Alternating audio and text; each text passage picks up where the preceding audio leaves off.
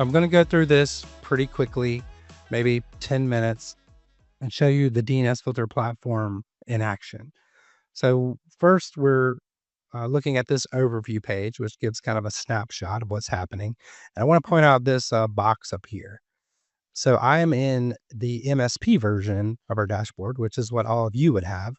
And in the MSP dashboard, you can do some global things. You can do them in one place. So that way you can administer many organizations underneath you.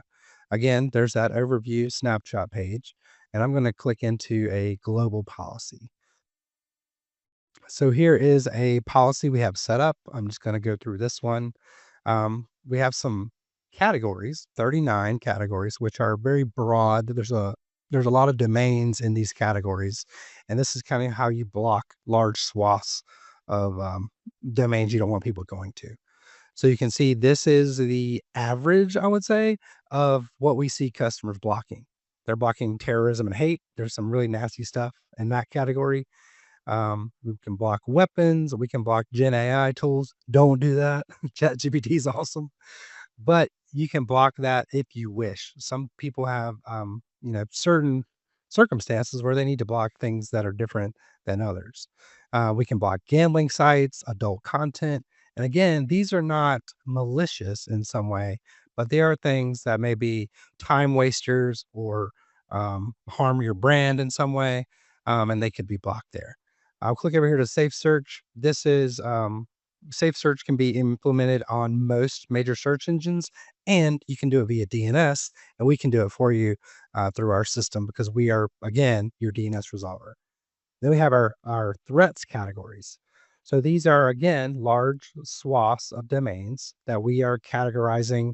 We're ingesting a bunch of data, and we're using our own AI to filter out the noise and make sure that these are all actual bad domains in some way.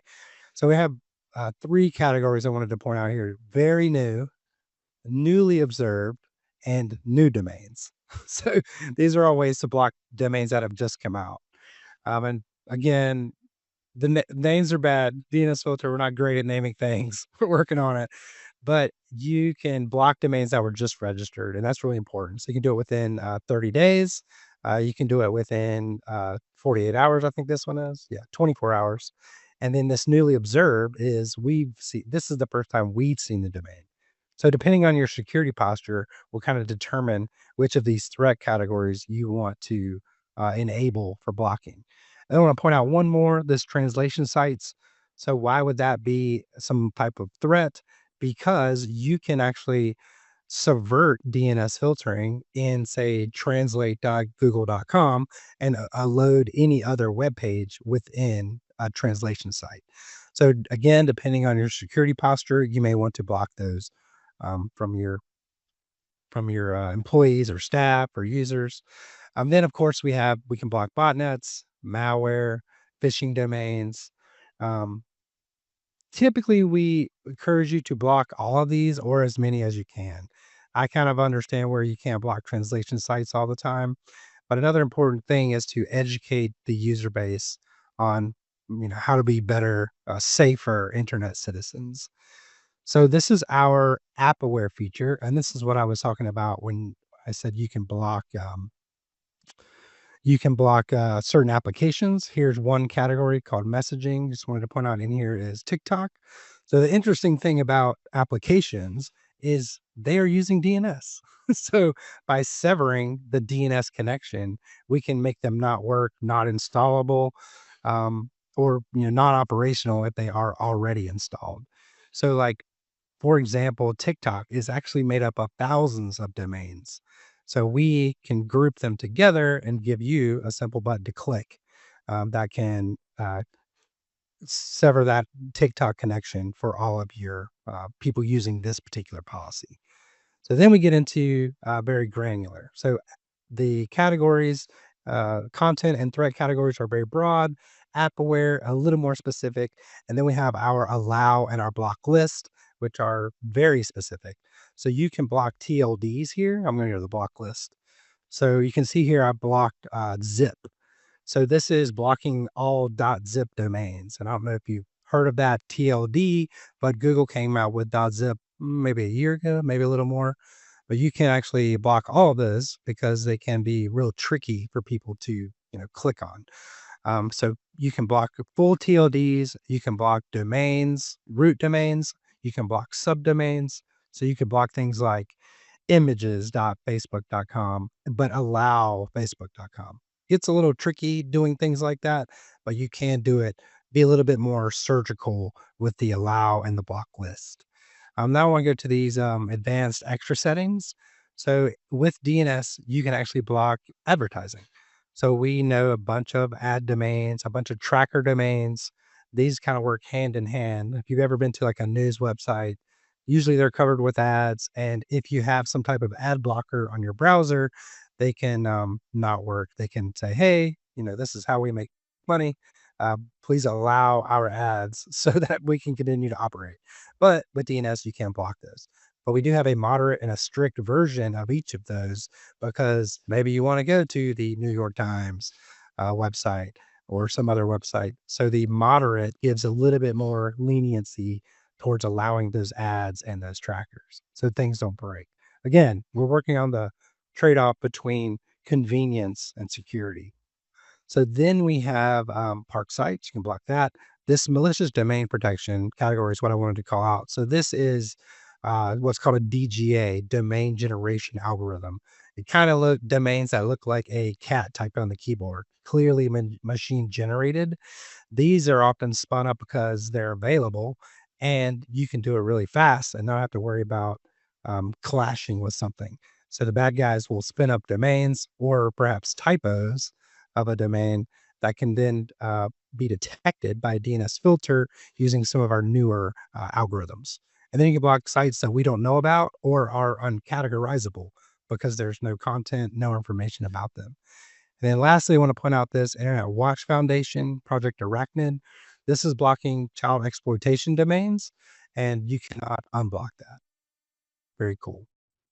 Real quick, we have a thing called universal lists. This is a block and allow list that applies to everyone, regardless of what policy they're on. You can do that in one place. You, as the MSP, can actually customize your block page. So you can give your company logo or some type of message to the users of that particular policy, um, some information. And I'll preview this real quick. Let's see if it works. In this, here it is. So this is kind of what the blank block page looks like. But I wanted to point out this form here. Oh, sure. So this form gives the user access, or they can request access. And this it kind of sends an email and it can get piped to anything that you wish so that you can pull it into your PSA tools or your support system. So that way you can kind of triage request accesses or some way for people to communicate with you. Like if you're the MSP, an end user is not going to really have a direct line to you, but that is one way that they can. So that kind of summarizes the policy. And I wanted to point out there's a bunch of policies here, and these are all global, meaning they're available in all of your sub organizations. So these are all of these sub organizations. These will be your clients. Um, you can create policies that are unique to a client if you wish, or you can just create policies at a global level and deploy them on uh, specific clients. So I'm going to show you two things in the deployment section. This is again at the MSP level. So this is a global view. We can see all of the sites that are deployed. And a site is like a network. So this is your, you're changing the DNS forwarder IPs of DNS to DNSFilter in your router, some type of network equipment on the device itself sometimes. But you just change the DNS forwarders to use our DNS resolvers and then give us like a password essentially, which is here we go. The password is essentially the domain, or sorry, the WAN IP address. So you have to have permission to traverse on DNS filter's network, and your WAN IP kind of acts as that password. And that's just where you would enter that. and you can enter multiple of those if you have a large network with multiple WAN IPs that may be using um, egress, that may be used for egress. So you can add all of those. So at this MSP level, you can see all of the sites, administer them here. And then the other deployment method for DNS filter is our roaming client. So there's a lightweight agent for Windows, Mac OS, iOS, Android, and Chromebooks. The Chromebook one is a browser extension, and it's used a lot in education for our education customers. So there are many ways to deploy DNS filter, and here at this level, you can administer all of them, see all of them, and you can install the roaming clients like one off, but you can definitely use the enable tooling to give your automation access to all the things you need. The secret site key, I'll show you that. So I'm going to select an organization and it gives me a key. Oh, Mac OS. Where did that go? Well, there is a key essentially that pops up um, when you're not in a rush. And that key is kind of the password again for the roaming clients. And all of that can be set up in your enable tooling to deploy the DNS filter agent. So I have two more things I want to show you here in this demo. Reporting. So depending on how you deploy DNS filter, will determine the data that you get back.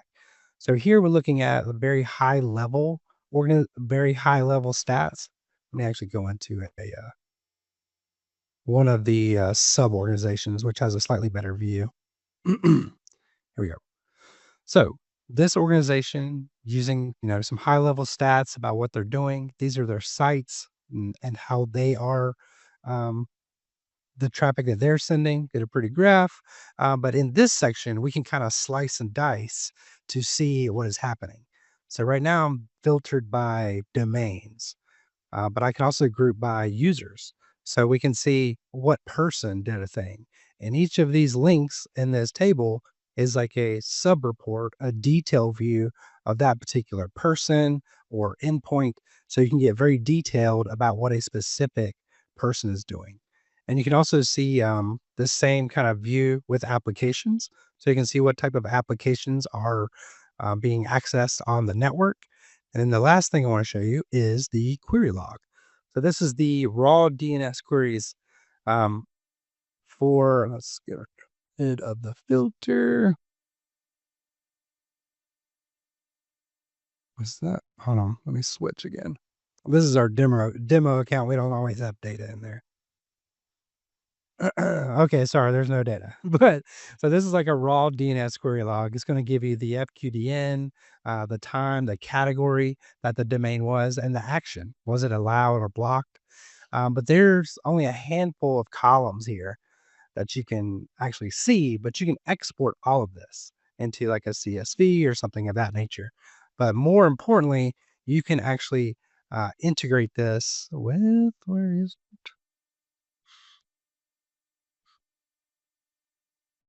Oh, hold on. You can actually integrate all of that data flow into a SIM of your choosing, like N-able's new Adlumin MDR. So you can take all of that raw DNS data and pipe it into Adlumin, which can then be used to collate things together to understand what people are doing on your networks and trigger alerts of suspicious activity or correlations of suspicion. So we integrate with a bunch of different SIMs. If you use a different one, you can certainly do that too. But you can also integrate with this generic event collector with the Adlumin product from N-able. And that is kind of all I have for the demo.